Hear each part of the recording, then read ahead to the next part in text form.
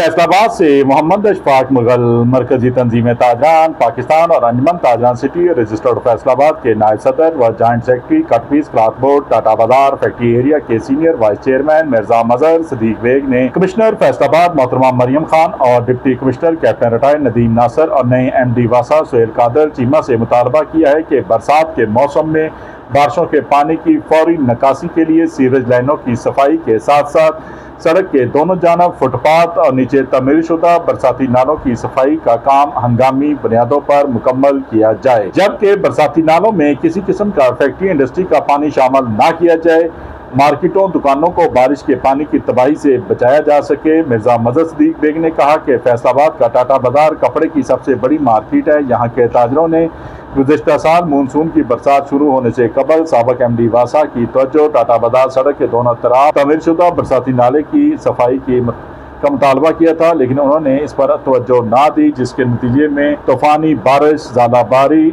से बरसाती नाले के जरिए सीवरेज में जाने की बजाय मक्का सेंटर, मदीना सेंटर, रहीम सेंटर, अजीज सेंटर की दुकानों में दाखिल हो गया था, जिससे बाजार के ताजरों का करोड़ों का नुकसान हुआ था, जो कि इंतहाई तशवीशनाक और अफसोसनाक सूरत हाल से दो चार हो गया था। लिहाजा MD वासा फौरी तौर पर फैसलाबाद के तमाम बरसाती नालों, सीवरेज लाइनों